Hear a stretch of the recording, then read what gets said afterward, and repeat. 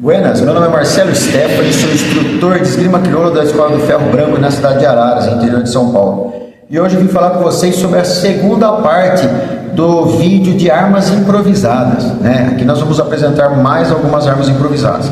Lembrando que não eram armas, e sim instrumentos do dia a dia, que quando caísse na mão do gaúcho numa hora de necessidade, quando ele estivesse desarmado no perigo, ele usaria para se defender, tá? Então, o primeiro utensílio que eu tenho para falar com vocês é sobre o ferrão de boi, ou picana, tá? Era um bastão de madeira, né? Ele poderia variar de 1,20 até 2 metros ou mais, tá? E na ponta ele teria uma ponta de metal, não muito afiada, para não machucar o animal. Alguns possuíam um chocalho, outros não, né? Para que serviu o chocalho?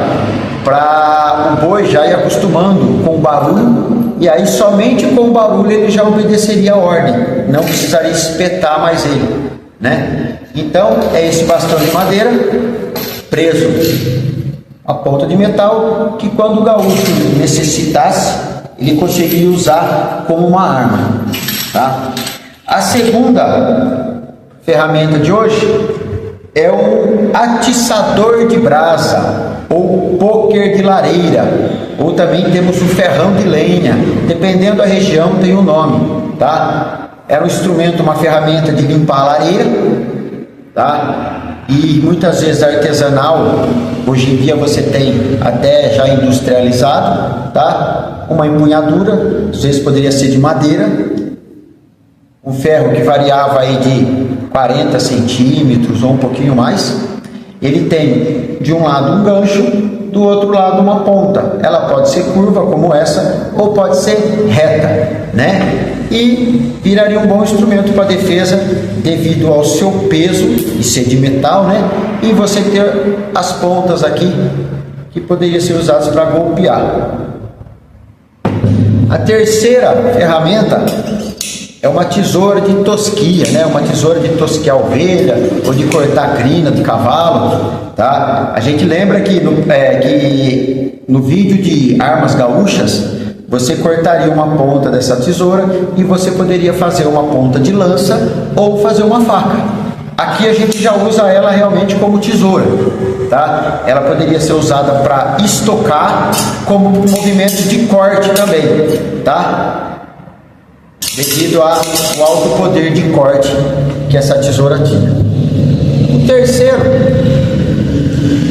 O quarto, as alpargatas com sola de corda, né, de sisal. Nós temos um relato que nós colhemos na cidade de Uruguaiana, a fronteira aí com a Argentina, no Rio Grande do Sul, de um senhor que ele foi trabalhar no Uruguai, né, na cana, e ele conheceu uma outra pessoa lá que teve uma passagem curiosa, né? Ele disse que ele estava andando na estrada e ele foi atacado por um indivíduo aí com uma faca, e ele não tinha uma arma na hora para se defender. Ele tirou as alpargatas do pé, colocou na mão e conseguiu desviar os ataques de faca usando a alpargata, né? Principalmente que ela tem uma sola resistente, que é essa sola de corda, e conseguiu sair vivo dessa situação, tá? Nós temos também uma obra de Molina Campos, que era um pintor que ele retratava o dia a dia do gaúcho, né, o gaúcho campeiro, e tem uma obra dele que tem um gaúcho com o poncho e uma alpargata na mão. Não se sabe na obra se era só uma peleia de brincadeira ou se realmente ele estava usando para se defender, né, essa alpargata, porque a sola dela é dura, tá? Então não se sabe pelo quadro, mas esse relato que nós escolhemos foi interessante usar como instrumento de defesa. O próximo são os porretes de madeira, né? Desde a antiguidade já se usava clavas de madeira, clavas de metal, e o gaúcho também usou o porrete de madeira. E segundo relatos, esse porrete ficava pendurado atrás da porta da cozinha, né, da casa. E as mulheres, era o primeiro instrumento que ela tinha ali para conseguir pegar atrás de uma porta da cozinha para se defender, né? Então ela pegava esse porrete e usava ele para bater em algum estranho que entrasse na casa. O próximo, esse eu acho que muitas sociedades, usaram, que seria uma pedra grande, pode ser maior que essa também, ponto, não tem um formato, mas é uma pedra grande, que a pessoa pegaria para potencializar o golpe, golpear o outro, normalmente com golpes no rosto ou na cabeça. Então a pedra, poderia ser arremessada a pedra também? Sim, mas ela era usada para potencializar o golpe, E a última arma improvisada de hoje é o lenço com uma pedra. Aqui eu estou usando uma pedra charrua, original.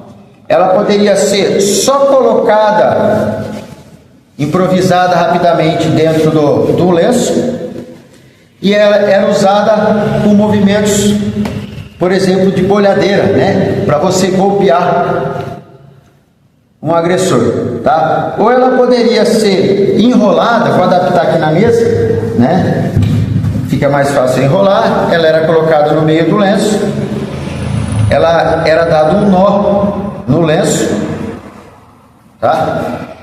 E aí essa pedra já não teria perigo de sair, e era usada nos mesmos movimentos para bater.